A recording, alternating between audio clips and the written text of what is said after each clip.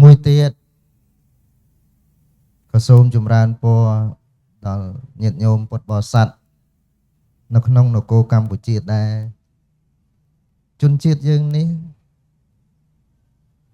មានទម្លាប់ល្អមួយគឺពេលដែលស្លាប់នរណាម្នាក់ជាញាតិក្តីភូមិផងរបងជាមួយចប់សាច់ឈាមក្តីមិនចប់ក្តីគឺតែងតែមកជួយគ្នាញាតិញោមនៅស្រុកស្រែហ្នឹងពីដើមវាគ្មានទូរស័ព្ទវាគ្មានស្អីគេដាក់មេក្រូឯងចុងថ្នោតនោះពួកអាមេរិកកាំងអត់តែពួកជនជាតិមួយចំនួនគេថាយើងជួយចិត្តឲ្យលឺសលេងមិនមែនទេវាមានហេតុផលពីដើមហ្នឹងវាគ្មានស្អីអញ្ចឹងទៅវិធីសាស្ត្រមានតែមួយគត់ឡើងលើចុងថ្នោតដាក់មេក្រូឲ្យខ្ពស់ហើយចាក់ស្មូតដើម្បីប្រាប់ថាណែផ្ទះនេះមានអ្នកស្លាប់ហើយសូមអ្នកទាំងឡាយចូលមកជួយពួកយើងផងដោយសម្ភារៈក្តីដោយផ្លូវចិត្តក្តីដោយការរាប់អានមិត្តភាពអីយ៉ាងណាក្តី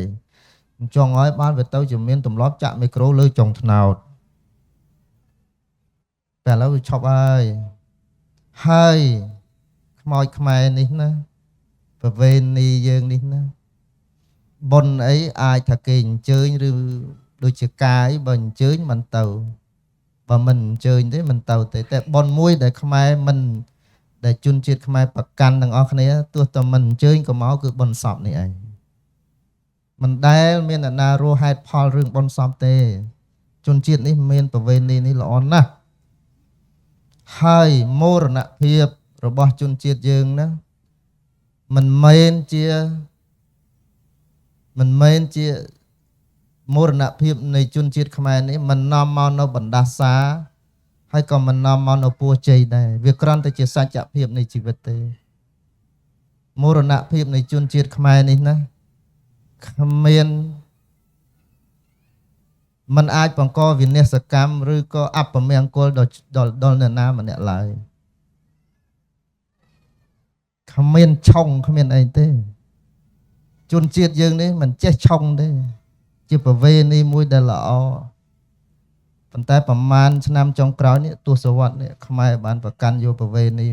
ជឿជំនឿមួយដែលមិនត្រូវដល់តែសោះធ្វើឲ្យសង្គមយើងមានអរិភាពនឹងគ្នាដោយសារជឿលើអាជំនឿនោះចម្រើនពរហ្នឹងគេមិនសប្បាយទេប៉ុន្តែនិយាយទៅយើងអត់មានទេ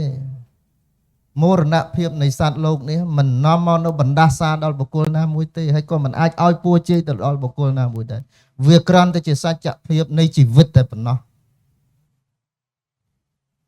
បើគ្រួសារគ្នាបាត់បង់ហើយហេតុអីបានសាកសពនោះហេតុអីបានមរណភាពនឹងទៅបង្កវិនាសកម្មដល់បុគ្គលដទៃទៀតវាអត់ទេពេលនេះជាពេលដែលគ្រួសារនៃសពត្រូវការលួងលោមការគ្រប់គ្រងការអោបកសោបពីញាតិពីមិត្តទាំងឡាយពីសង្គមទាំងឡាយហើយជនជាតិយើងបានធ្វើរឿងនេះមករហូតមកអត់មានជំនឿឆុងទេសូមញាតិញោមពុទ្ធបរិស័ទលោកជ្រាបប៉ុន្តែជាអកុសលប្រមាណទសវត្សរ៍ចុងក្រោយនេះជំនឿនេះក៏បានកើតរាលដាលនៅក្នុងសង្គមយើងធ្វើឲ្យមានអរិភាពផ្លូវចិត្តថាកាលបុណ្យអ្នកខ្ញុំទៅជួយជ្រោមជ្រែងសពបែបយ៉ាងដោយសារតែជំនឿនេះធ្វើឲ្យបុគ្គលលែងហ៊ានទៅជួយគ្នាការជួយគ្នាមិនអាចនាំមកនៅវិនាសទេការជួយគ្នាមិនជាអំពើអកុសលណាញាតិញោមជាអំពើកុសលសង្កហៈទានមយៈពយៈវាចាអដ្ឋចរិយាเป็นសំខាន់ពេលស្លាប់នេះ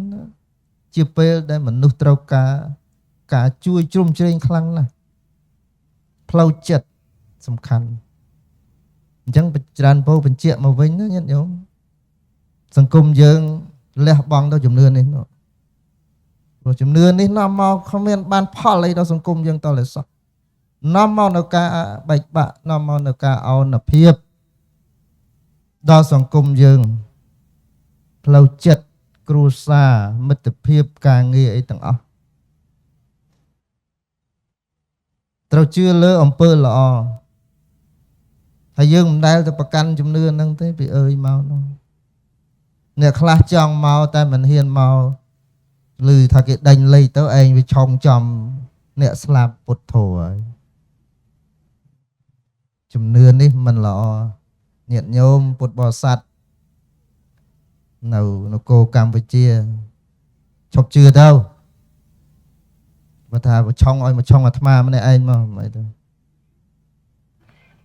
ព្រោះតុងសកម្មភាពទាំងឡាយណាដែលនាំមកនៅអមិត្តនៅភាពអមិត្តជាអំពើអកុសលជាអំពើអកុសលអញ្ចឹងញាតិញោមព្រោះពេលនេះជាពេលដែ